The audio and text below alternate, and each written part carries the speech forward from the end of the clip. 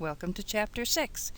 Our two major topics in this chapter are going to be the mechanism of cell division, and that's going to be important for understanding the development of cancer.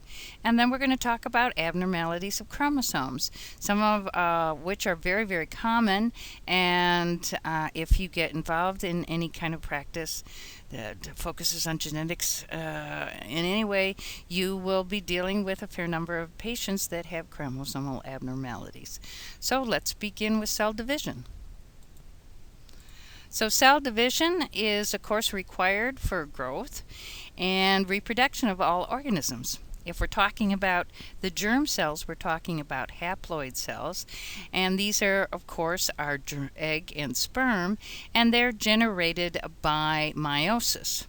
And during which time, as we've already talked about, there is this opportunity for genetic recombination and diversity occur within those gametes, the egg and the sperm. Mitosis occurs in what we call somatic cells. So these are diploid cells. They typically have differentiated into a particular cell type. And mitosis, of course, everything in the nucleus is going to be doubled. And the cytoplasm is everything's going to be kind of sorted and separated so that each new cell has equal amounts of DNA and the cytoplasm and the other constituents needed for their survival. So the cell cycle has 4 intervals or phases, so that's not too hard. The first phase is known as G1, that's short for gap 1. This is when the cell is actively metabolizing, performing its function. So the genes are being transcribed and translated into proteins. Yes, here we are back at the central dogma of biology. I love to bring that up every time it comes along. So get used to it. Fortunately, it's not too long a course. All right, S stands for synthesis, and of course we're specifically talking about replicating the DNA, which we learned about in Unit 1. G2 just is short for gap 2. This is when the cell gets prepared, make sure that it has everything's been doubled so it has enough contents and everything so it can actually go ahead and divide. And then the M or mitosis phase is when everything gets sorted and from one cell you get 2 cells. And they're diploid. That's the important thing to remember. Now, how this all happens, this timing, is regulated by proteins, and I think it was kind of a nice name to give them. They're regulating the cell cycle, so they called them cyclins, although it kind of sounds like they're riding on bicycles, but that's beside the point. Sorry, it's my attempt at a bad joke. All right, so anyway, different cyclins are synthesized in different phases of the cell cycle. So it's, making it go forward. But there's always these checkpoints too, as we'll see in the next slide. Anyway, cyclins will then go on to activate cyclin-dependent kinases, which are just abbreviated CDK. And kinases are just enzymes. They have that ASE ending, which add a phosphate group, PO4, to other substances. And when they do that, they have a tendency to activate them. So first cyclins get activated, then they activate cyclin-dependent kinases, and those activate other proteins that are required for a cell cycle. So this is very much a cascading type of event. Now, I mentioned those checkpoints in the previous slide. Checkpoints within the phases make sure that, do we have enough DNA? Has that been copied? Is it undamaged? Do we have enough of ribosomes and everything in endoplasmic reticulum before we divide? And that's very important. Cells should not divide unless everything is in good order. So if the DNA is damaged at the checkpoints, cell cycling is halted. You do not want to promote mutations. And so we have checkpoint proteins, and they will keep the cell from going forward in the cell cycle until everything is corrected. And the correction occurs by mechanisms that repair the DNA. And they're very, very important. For example, one of the major proteins involved in DNA repair is called P53. And if DNA is damaged, it will stop the cell from cycling. And that's to prevent mutations. Guess what? In tumor cells, P53 is usually inactivated. It's one of the most common mutations that we see in various cancers. So now it makes sense, since tumors are cells that are undergoing uncontrolled cell growth, it makes sense that something like P53 is inactivated in them. Now, if the DNA is really damaged, P53 will actually induce cell death or apoptosis. So this is going to prevent the cell from passing the mutations to daughter cells and possibly inducing the formation of cancer. Well, I couldn't resist showing you a simplified version of some of the things that go on with this, but I want you to notice some of the names here of these proteins that are important in this. So here's the DNA, here's the P53. I want you to also see, there's more P53, but unfortunately they're not showing you things like BRCA1 and BRCA2, which are important in some of this situation, as well as a few others that you have heard about in various cancers. Mitosis, the final stage itself, usually only takes about 1 to 2 hours, but it requires many different chemical reactions, and it's very complex. There are 5 stages to mitosis, and I'm not going to expect you to remember them. The prophase, the prometaphase, the metaphase you may have heard about before, because that's where the chromosomes are most condensed and where they look like what we think of chromosomes, and that's when we induce cells to go into metaphase to do a karyotyping, which we'll see when we talk about chromosomes a little bit later. And then anaphase, and finally telophase, when actually you start off with your 1 cell up here and then finally get your 2 daughter cells at telophase. I'll just spend a little time going through each of the phases in a little bit more detail.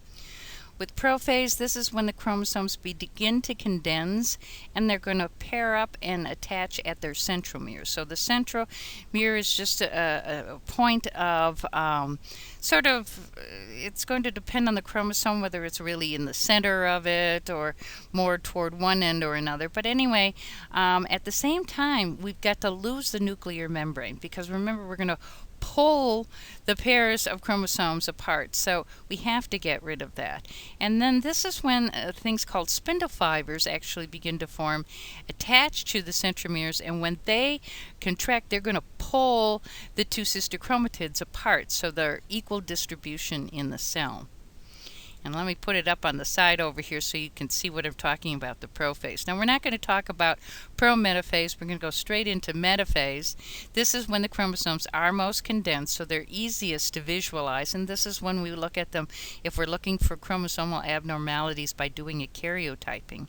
Anyway, it's at this point that the spindle fibers, which are attached to the centromeres, begin to contract. And when they do that, they can pull the chromosomes along the middle of the cell to either plane, as you can see right over here on the lower right. So let's call this up our anaphase. Now the centromere of each chromosome splits, and the 2 chromatids are actually separate.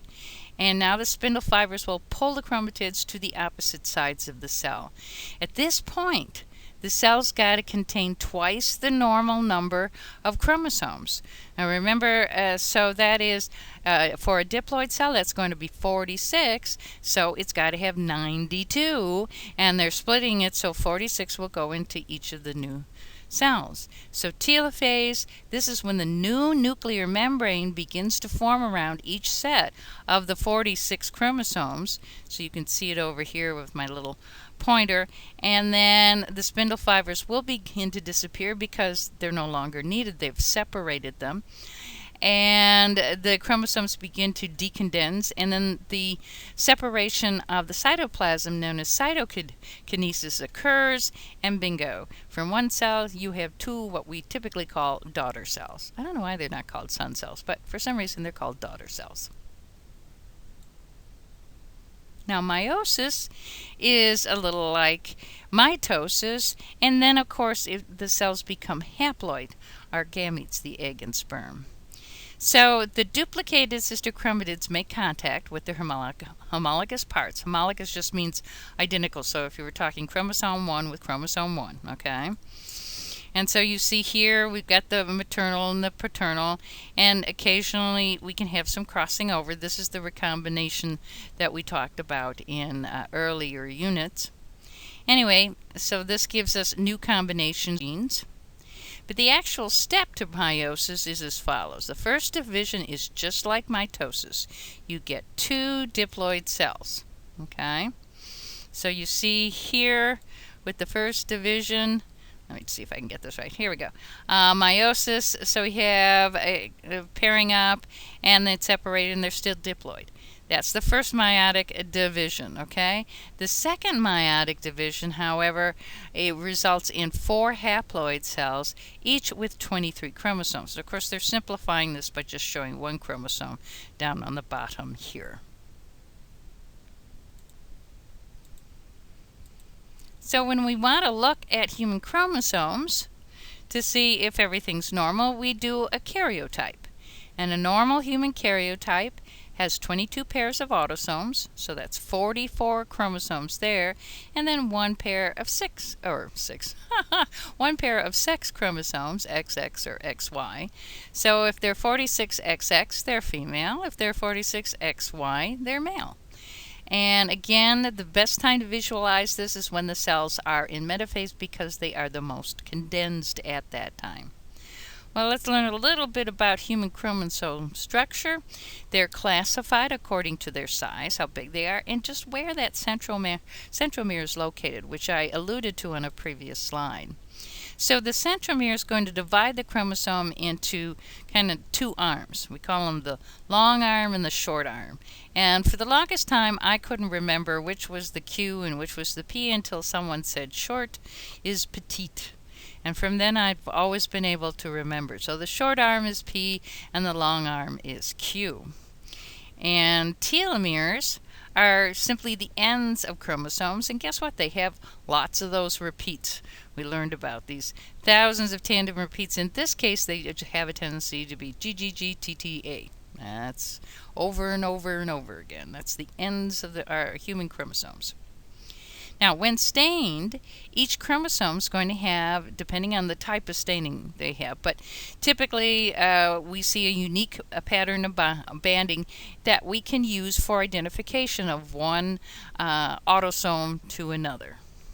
And of course chromosomes too, but Y is usually really short, so you can pretty much tell a Y. So on this page we have a number of nice pictures that you can see. We've got on this over here on the right, I'm happy to show a scanning electron micrograph, and here we have the X chromosome and the Y. And then over here on the left you can see that this is the short arm because it's shorter, therefore it's P. Here's the centromere that has the two together, and then the Q is the long arm, and the DNA molecule itself, of course, is compacted into along histones to form nucleosomes, and the nucleosomes form solenoids, etc., etc. Anyway, so it all fits in miraculously into the nucleus of the cell.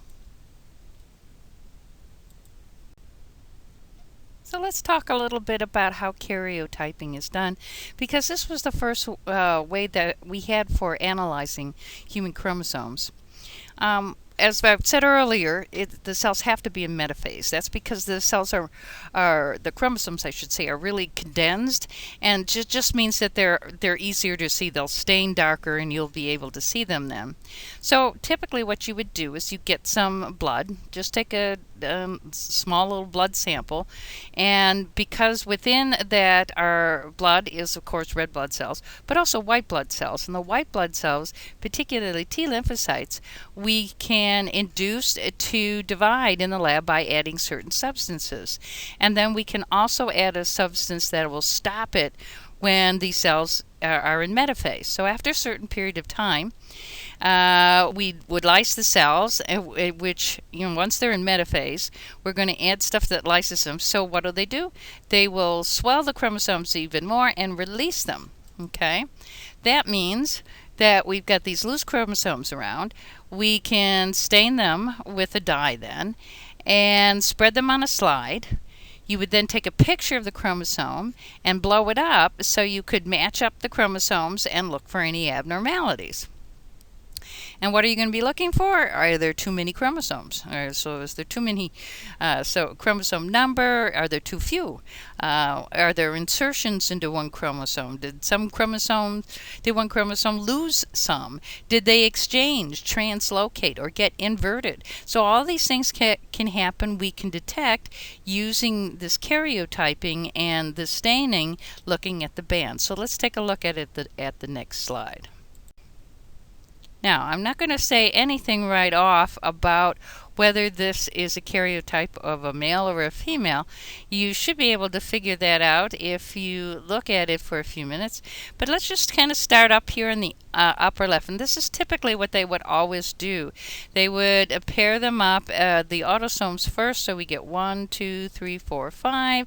And notice we're starting with the largest and we're getting subsequently smaller. You can see these little black bands. These are the banding patterns. And eventually we get down to 21 and 22, and you can see how small they are. And at this point you should see that there's no Y but 2 X's. So this is the karyotype of a female, a normal female.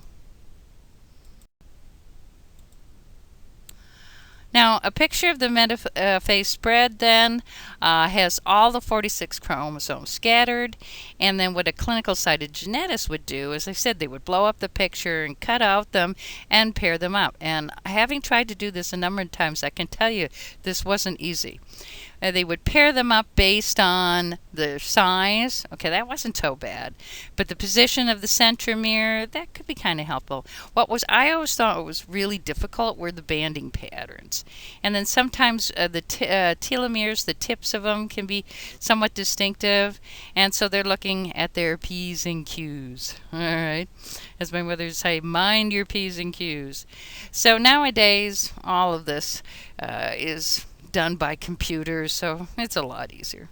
It's not as much fun, though. All right, so the bands are now numbered according to where they're located. Okay, so whether they're on the short or long arm, P and Q. For example, if we take a look over here, 14q32 means it's on chromosome 14. It's on the long arm, and it's region 32. Okay, so this is, or the third region of the long arm. So, but it's still 32. And subbands then are designated by decimal points following the band number. So if we have 14q32.3, this is the third subband of band 2, and so on, which you can see over here on the right. Currently, we have some newer techniques that make use of different colored fluorescent dyes that allow us to look for certain chromosomes, and we can make them all different colors, and it's a little bit easier to read the results in some ways. So this is known as fluorescence in situ hybridization, otherwise known as FISH. And so basically, we would take some chromosomes, and they don't have to be metaphase now. They can be prophase or interphase, so you don't have to take them out and activate them to divide and everything. And what you do is you denature them. Remember, the DNA is still double-stranded, so if you separate them and you have a probe that's complementary, but now it has one of these pretty fluorescent labels on there, and then let it hybridize back together, we can identify certain chromosomes and certain regions of chromosomes. So we can actually visualize where the probe is hybridized under a fluorescent microscope. What do we do with this? Well, we can see if there are deletion in a chromosome. We find that only one chromosome has the probe on it. We can see if there's extra DNA. Does it hybridize to 3 places? We can see DNA rearrangements. It's not in the same location on an identical chromosome. So this is really a nice technique, and let's face it, it's prettier. And it takes less time, and as I said, it can be done on interphase chromosomes. So let's see a picture of it in the next slide. And as you can see here, this is a fish result on the left, and what you're seeing is with large and small arrows here is the thinner arrow points to centromere probe for chromosome 17, and the thicker arrow points to a probe that hybridizes to the 17p. So in other words, we're talking about the short arm. The latter probe reveals only one spot. So this person has a deletion of the short arm of chromosome 17, which produces a syndrome known as Smith-Magenis syndrome. And this is the face of a young girl with Smith-Magenis, and you can see there are some features that are pretty common with it: a very broad forehead and a relatively fat not fat face. Well, I guess it is a little fat too, but that's because it's flat. So I don't know whether it's a Freudian slip or not, but anyway, it's still a cute little girl. Let's just move on. Sometimes I get tired when I'm talking to these slides because I don't see anybody I'm talking to. All right. As nice as fish is, I have to admit that this is my favorite technique. This is referred to as spectral karyotyping, and it utilizes whole sorts of combinations of different fluorescent probes. So when you get it analyzed using a special camera and computer, each chromosome gets a different color. Talk about making it a lot easier to pair them up. And it's very easy to identify then and very good for detecting rearrangements. And let's face it, it's prettier. All right, so what is all this about? That with the karyotyping and the fish and the spectral karyotyping, what we're doing is actually studying the chromosomes and their abnormalities, and this is known as cytogenetics. It is a leading cause of mental retardation and miscarriage. In fact, 1 of 150 live births has a chromosomal abnormality. 50% of all first trimester miscarriages and 20% of second trimester miscarriages are due to a chromosomal abnormality.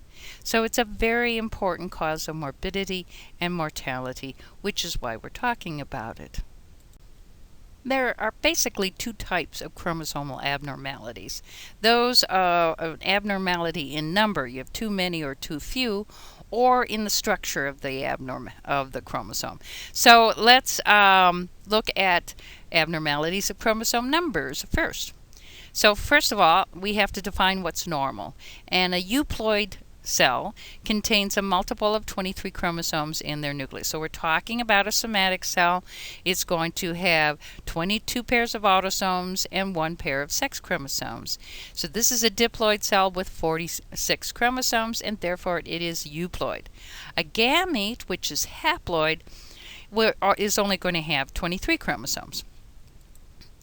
Now, polyploidy occurs when cells have a complete set of extra chromosomes. So instead of having 46, they have another 23, so they have triploidy, they have 69. Or they have tetraploidy, so they have 4 pairs, or 4 sets of 23, if you will, and they have 92 chromosomes. In each case, they have, increasing the total number of each of them. Now, the incidence of polyploidy in live births is really quite low, but it does occur often in conceptions that'll lead to a spontaneous abortion. There's usually just too much DNA in there for the child to survive. How do cells get 3 copies of each chromosome or 4? Well, dispermy is one way to get a triploidy. This one's pretty straightforward. You've got an egg with 23 and it's fertilized by 2 sperm. Bingo, you've got 69 chromosomes. Another way is if an ovum, which has 23, fuses not only with a polar body, but also by a sperm. Now you get another 69. Then there's what we call meiotic failure, which instead of producing a haploid egg, you get a diploid egg, and that one gets fertilized, so you again have 69. Tetraploidy is rarer and may occur because of meiotic failure in early embryo, and then all the chromosomes move to one of the daughter cells, or fusion of 2 diploid zygotes.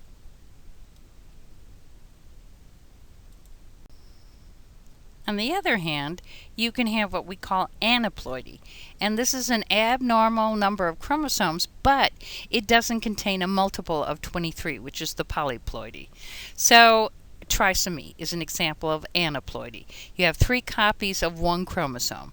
This could be an autosome or a sex chromosome. In some cases, it's a partial trisomy, which is just a small portion of the chromosome is in excess. Other cases, it can be mosaics. Trisomies occur in some of the cells, but not all of them. You can also have a monosomy. It's a copy of a single chromosome, and usually autosomies are not compatible with survival unless it's a sex chromosome. As I was saying, aneuploidy of sex chromosomes are not as severe. So the general principle of this is the body can tolerate excess genetic material more than a deficit, unless, of course, you're getting into those real high numbers like the tetraploidy and stuff like that. Most of the aneuploidies occur because of a process known as non-disjunction. This is when during the second meiotic division, the chromosomes don't separate. And this is the most common mechanism for aneuploidy. So what happens is you end up with either a trisomy in one egg or a monosomy, and then when they come together, you have the corresponding aneuploidy in the fertilized cell. So let's talk about some of the more common ones. I think you're all pretty familiar with trisomy 21 or Down syndrome, and the karyotype would be a 47XY plus 21, so that would be a male, or 47XX plus 21, which would indicate a female. It's named after, of course, the man who first described it back in 1866, and this is J. Langdon Down. Is associated with the advanced age of the mother. There's an extra chromosome from the mother in 90 to 95% of the cases. Paternal age does not seem to increase the risk. It is fairly common, incidence in 1 in 800 live births. And however, many are spontaneously aborted or are stillborn. An additional 20% will die before the age of 10. The rest live to about 50.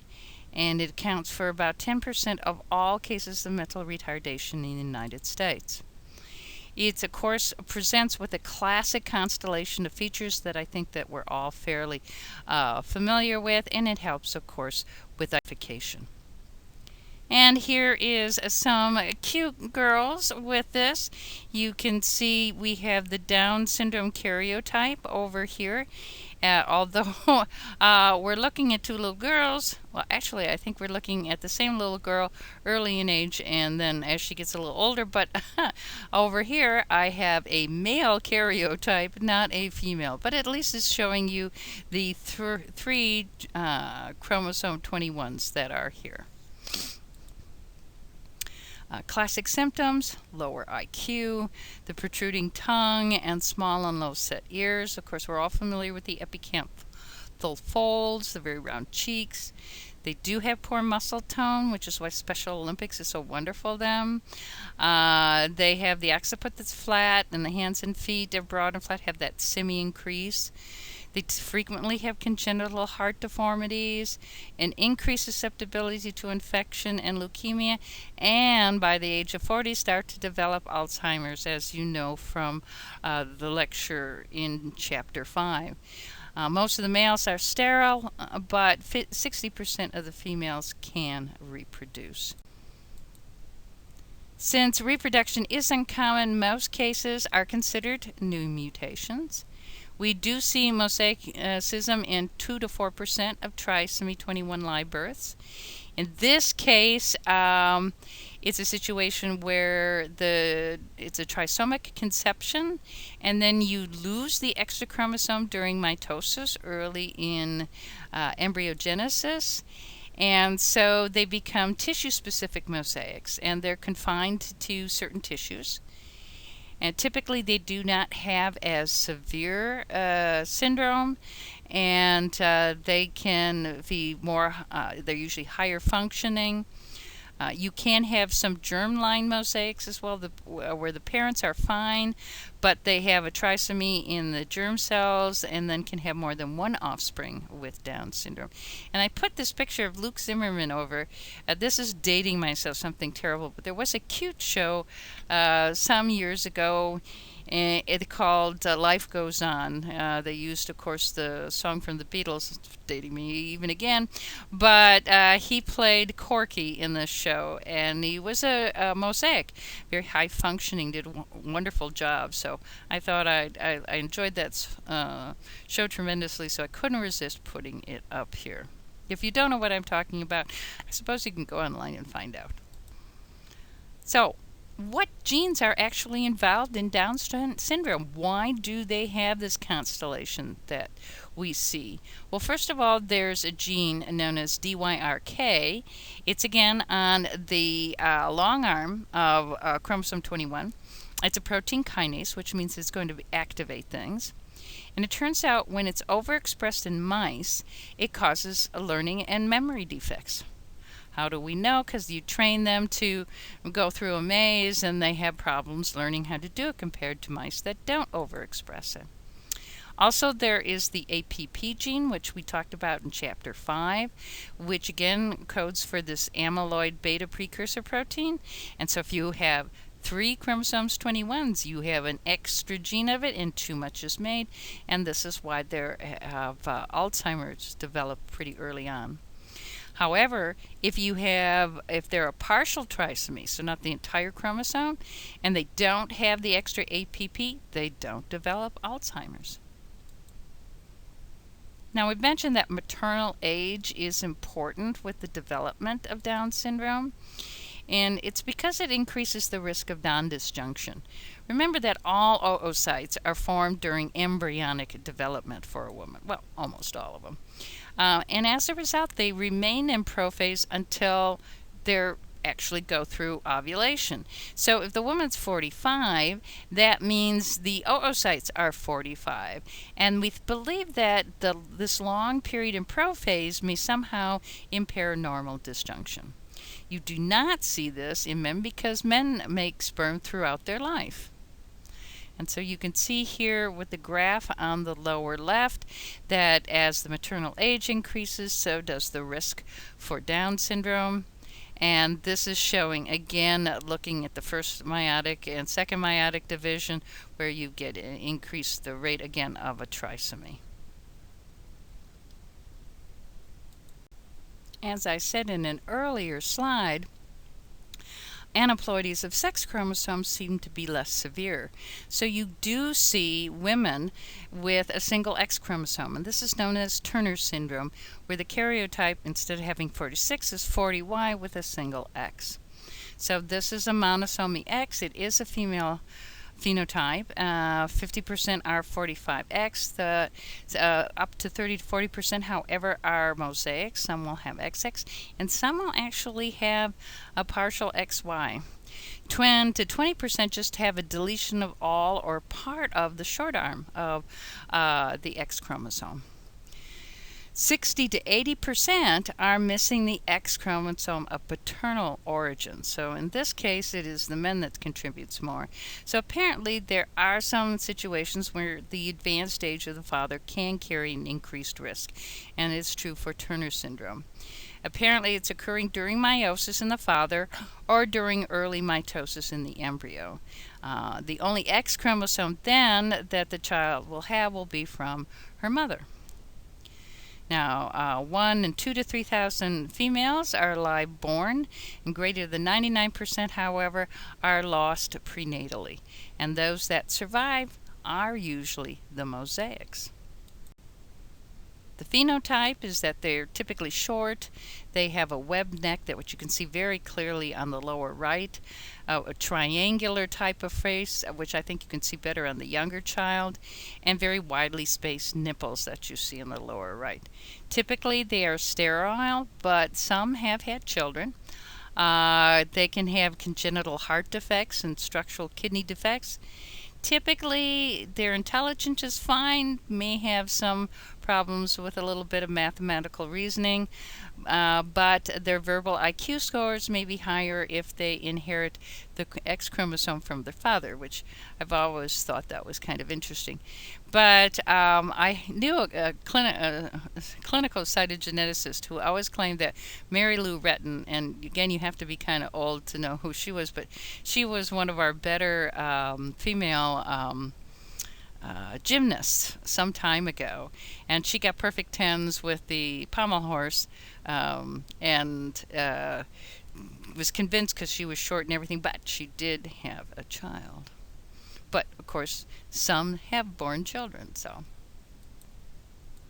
So what are the genes that are giving this phenotype for Turner? Well, there's one that's SHOX, the SHOX gene, which encodes, again, another transcription factor. Seems to be expressed in embryonic limbs. When it's inactivated, it produces people who are short. And this is located on the distal tip of the short arm of both X and Y chromosomes. There are parts of the X and Y chromosomes that are homologous.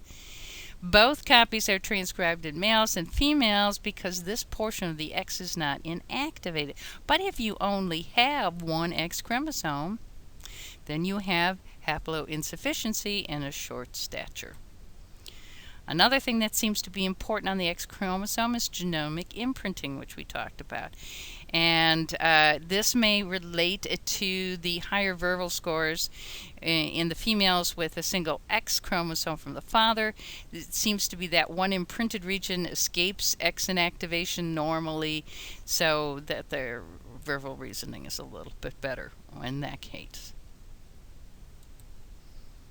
On the other hand, you can have men who have too many X chromosomes, and this is known as Klinefelter syndrome. If they only have two, they're known as a 47XXY. Again, it's fairly common, 1 in 500 to 1,000 live male births. Again, they can have just one extra X, or they can have 3 X's or 4 X's. And apparently the physical abnormalities and mental deficiency increases with each additional X chromosome. I can imagine what some men have said about that, but that's okay. Anyway, typically it's undiagnosed until puberty, and at that time they don't develop the typical male secondary characteristics, usually because they're infertile. 50% of cases, again, are going to be due to maternal disjunction, and the mother is supplying the extra chromosome. Again, maternal age will increase the risk. About 15% are mosaics, and a fair number of them spontaneously abort as well. What's the phenotype?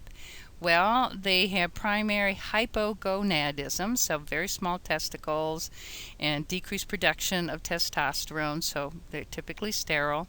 They're taller than average, very long arms and legs. They will have more of a feminine hair distribution and typically a high-pitched voice. As a result, they will also have, because of the decreased testosterone, decreased muscle mass, and some will see an increase in breast development. Learning disabilities and decreased verbal IQ scores are not uncommon either. So the treatment for this is fairly straightforward: testosterone therapy. And that's the result of the treatment. All right. Which leads us to a discussion of abnormalities of the structure of the chromosome. Now, this is where parts of the chromosome can be lost, in which case it's a deletion. They can be duplicated or rearranged, and these can be determined by typical karyotype, but they're a lot easier with the fish and the spectral karyotyping. So there's two categories of structural abnormalities. One that is unbalanced. In other words, you've gained or lost a genetic material. The other is balanced. There's no gain or loss. Often there are no serious health problems. And so you get an idea of what's going on here before a translocation, after a translocation. And so there isn't any loss. It's a balanced rearrangement of the structure of the chromosome. So 4 and 20 are exchanging.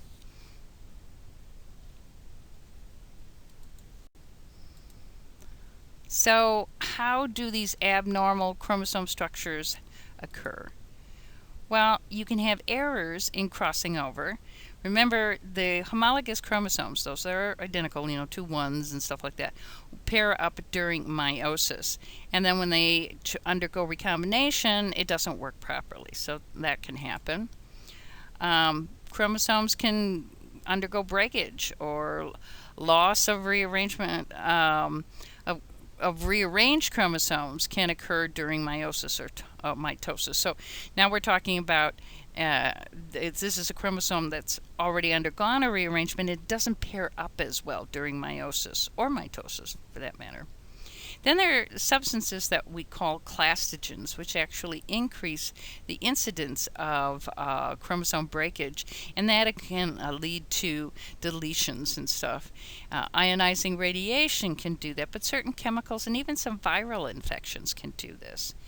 And although we do have DNA repair mechanisms, they don't always work. And so, in other words, sometimes they don't fully repair the damage. Now, translocations are when, of course, 2 pieces of DNA, and this is more important, between non-homologous chromosomes. So this would be like we saw in the previous slide with a 20 and a 4, okay? And there are 2 types. A reciprocal, no DNA is lost, like we saw in the previous slide. This is a balanced abnormality. It forms, we call them derivative chromosomes, but they're kind of new. The carrier is unaffected. It's their offspring that's going to be affected because it can be difficult for them to pair up during the formation of the gametes. So however, some of them can be normal, carry a translocation or deletion or duplication as a result of the translation. Robertsonian translocations are non-reciprocal translocations. So typically a short arm of a non-homologous chromosome can be lost, or the long arms fuse at a centromere, forming a single chromosome. Typically we see these in the chromosomes that have very short arms, where they just have the little kind of spikes at the top there. The carrier is unaffected, but again, the offspring can be normal, have a balanced translocation, or now we'll see trisomies or monosomies with them. Now, one of the more common translocation is the 1421 Robertsonian translocation. It's male carrier 45, okay, XY, and it's got a deletion, or I shouldn't say deletion, this is DER, that means derivative, between 14 and 21, and the long arm of 10 of 14, and the long arm of 14, Q10, and Q10 of the long arm of 21.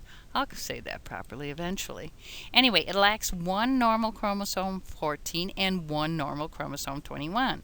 And the derivative chromosome has got the long arms fused together. So what's happening is during meiosis, the derivative chromosome pairs up with normal homologs, and then somehow we get this altered segregation that leads to a monosomy or a trisomy. Again, as a result of this, some of the offspring will be normal, have a balanced translocation, so they'll be phenotypically normal, either have a monosomy or a trisomy. Abnormalities of chromosome structure will also include deletions. You can have a real small deletion, or you can have a larger deletion, which can lead to what we call contiguous gene syndromes. Genes that are close together, even if it's a small deletion, if you lose them and they have different functions, you have all these different you have these constellation of defects that is seen. Then you can have a subtelomeric rearrangement. These can be deleted or duplicated. We have uniparental disomy. One pair contributes 2 copies of a chromosome. Duplications, extra chromosomes. Ring chromosomes, which has been standing out here for a while. This is when the ends of the chromosome fuse. It's forming a ring. Doesn't pair up very well during meiosis. Inversion, so it's just upside down and reinserted. And something called an isochrome chromosome, where 2 copies of one arm and none of the other. So obviously, just about anything you can think of that could happen to a linear structure is happening. Deletions typically are caused by a chromosome break, and so you lose genetic material. Terminal deletions occur at the tips, and usually you only need a single break. But if you're going to lose one that's in between, you have to have 2 breaks. So the material between the breaks are lost, and that's what we would call an interstitial deletion. Anyway, a chromosome with a deletion can still pair up with the normal chromosome to form a zygote. However, if you lose several genes, you can have some very severe complications. Some of the disorders due to deletions include something called cry-du-chat syndrome. It means they sound like a cat when they kind of cry. This is a karyotype of 46, so it's a normal number, XY, but has a deletion in the short arm of chromosome 5. The phenotype is they're typically mentally retarded, small brain, and very distinctive facial appearance. They may survive to adulthood and occurs in about 1 in 50,000. Another one, and we'll be talking about this a little bit more later on, is Wolff-Hirschhorn syndrome. This is a deletion of the distal short arm of chromosome 4. Only requires the loss of a very small telomeric segment of it, but they have a typical face, as you see over here on the lower right. Again, they suffer from mental retardation, growth delay, and they can have seizures. And here in this slide, we're looking at what happens to the chromosomes in cry-du-chat and the loss in chromosome 5 with the Wolff-Hirschhorn syndrome and the loss in chromosome 4. And there are arrows on it. You can see it's at the very tip of chromosome 4 for the Wolff-Hirschhorn syndrome. Microdeletions occur when it's less than 5 megabase pairs. These are just too small to be seen microscopically with traditional karyotyping. So it required development of high-resolution banding techniques, and then, of course, FISH. Examples include the Prader-Willi syndrome on chromosome 15, Wolff-Hirschhorn, and then something called WAGR. WAGR, it involves Wilms tumor and iridia, GU abnormalities, and mental retardation, all on the short arm of chromosome 11. This brings us again to something I mentioned, this contiguous gene syndrome. This occurs when there's a deletion or even microduplications of a series of genes that are adjacent to each other on a particular chromosome. This leads to all the different constellations of symptoms that we see in these syndromes. And that includes this WAGR, the Williams syndrome, and then something called the George syndrome, which has to do, again, with facial techniques and loss of some parts of the immune system, and another one called velocardiofacial syndrome. So you can see how, with the name of them, they're showing you kind of discussing some of the constellation of symptoms they're seen with it. And it's all because these genes participate in slightly different things, but they're all located near each other on the same chromosome.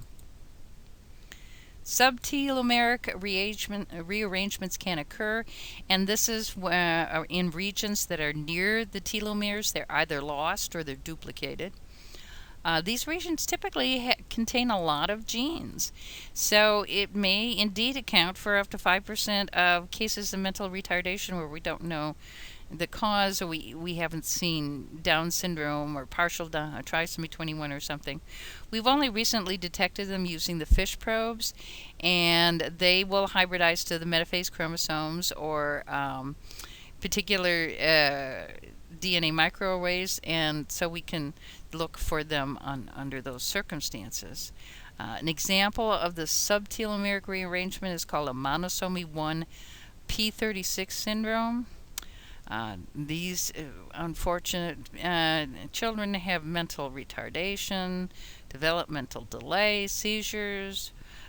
They don't have good hearing, heart defects, not good muscle tone, and again, characteristic facial features that you see over here on the lower right.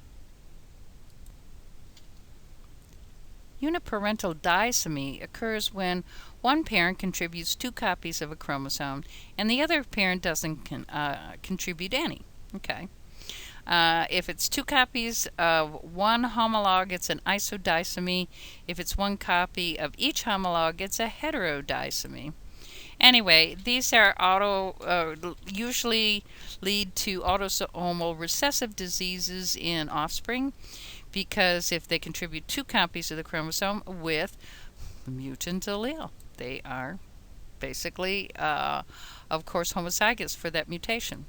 Mechanisms for this: trisomic conception loses 1 of the extra chromosomes, fusion of a gamete with 2 chromosomes with a gamete with no chromosomes. You can have mitotic errors in early embryogenesis. Anyway, again, Prader-Willi, Angelman syndrome, cystic fibrosis, a number of disorders that you probably have heard about can occur as a result of uniparental disomy.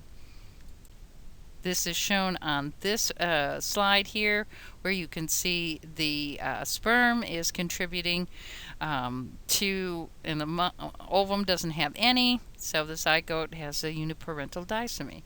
And here's a situation where you have a trisomic zygote, but there's a loss of chromosomes, so again you get a uniparental disomy.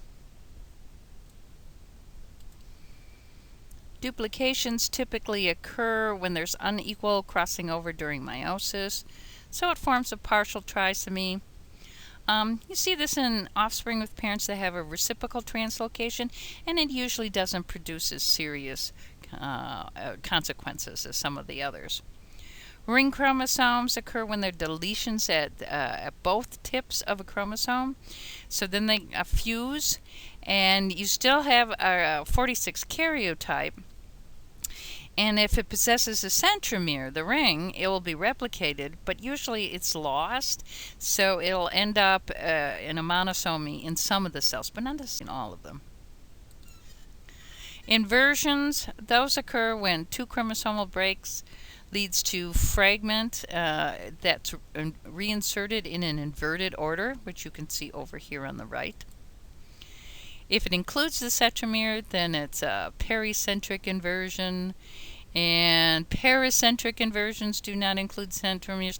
I'm not going to ask you to know all these, but it is a balanced structural rearrangement. So, but it can interfere with meiosis and cause problems in the offspring. Isochromosomes, these are when the chromosomes divides along an axis, and you get 2 copies of one arm or none of the other. It's a fairly large deletion, and if it occurs in an autosome, it's usually lethal. When it occurs in the X chromosome, you get Turner syndrome. We do see it in some cases of Edwards syndrome, which we'll be talking about later on, and a Robertsonian translocation can induce them as well. Spontaneous abortions are very common. In fact, we estimate at least 1/3 of all pregnancies are lost after implantation. It is estimated 10 to 15% of the conceptions have a chromosomal abnormality, and so those are aborted. Miscarriages, we see 50% of trisomies, 20% of monosomies, 15% are triploids. The remainder are the tetraploids and some really strange structural ones that never survive to term. 20 to 25% of oocytes have a missing or extra chromosome, and 3 to 4% of sperm are aneuploid. So this is not uncommon. Finally, chromosomal structural abnormalities are more frequent in sperm, and increases with paternal age. So it can affect a men's ability to have normal offspring as well.